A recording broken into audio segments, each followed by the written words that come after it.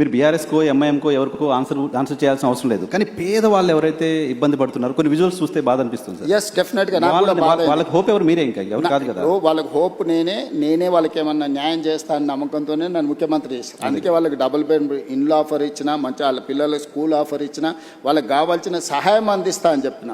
నేను నిస్సహాయాన్ని ఎక్కడ? నువ్వు ఆక్రమించుకున్న చెరువులు మాత్రమే నేను ఉంటా అంటే నేను నిస్సహాయాన్ని.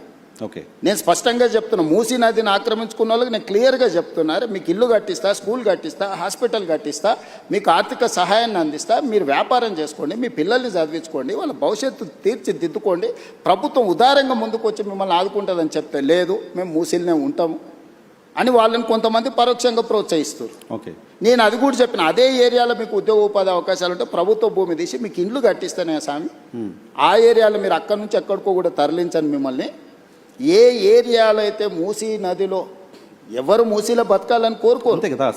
ఈరోజు వైఎన్ఆర్ నిన్న క్వశ్చన్ అడుగుతా, గంగా పేరు మీద, యమునా పేరు మీద, సరస్వతి పేరు మీద, ఇట్లాంటి గోదావరి పేరు మీద, కావేరి పేరు మీద, కృష్ణా పేరు మీద, అన్ని నదుల పేర్ల మీద ఆడపిల్లలు పెట్టుకున్నారా తల్లిదండ్రులు?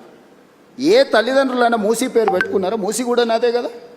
మూసీ నది బిడ్డ పేరు ఎవరైనా పెట్టుకున్నారా? ఎందుకు? మూసీ అంటేనే మురికి పర్యాయ పదంగా మార్చిండ్రు. దీనికి కారణం ఎవరు? గత పాలకులు కాదా? మూసీ కూడా గొప్పగా ఉండాలని నేను స్వప్నం, నా కళ.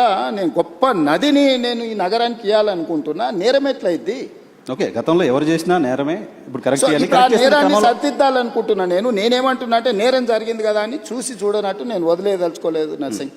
నేను ఒక గ్రామీణ ప్రాంతం నుంచి వచ్చిన, వ్యవసాయ కుటుంబం నుంచి వచ్చిన, నాకు మంచి తెలుసు, చెడు తెలుసు, విచక్షణ ఉంది నాకు. పేదల సమస్యలను చూడడానికి అమెరికాలో చదువుకొచ్చుకున్నాం అని గొప్పగా చెప్పుకునేటోళ్లకు బెంచ్ కారులో పోయి చూడడానికి ఎక్స్కర్షన్ లాంటిది పేదరికం. ఎక్కడైతే పేదరికం ఉంటుందో ఆ పేదరికంలోనే, ఆ ప్రాంతంలోనే పుట్టి ఆ పేదరికాన్ని చూసుకుంటే నేను ఇక్కడికి వచ్చిన. నాకు పేదరికం గురించి, పేదల గురించి ఎవ్వరు చెప్పాల్సిన పని లేదు.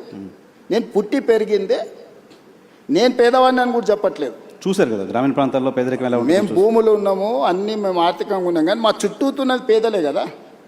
వాళ్ళతోనే కలిసి బతికొచ్చినాం కదా, మేము వాళ్ళతోనే పెరిగినాం కదా.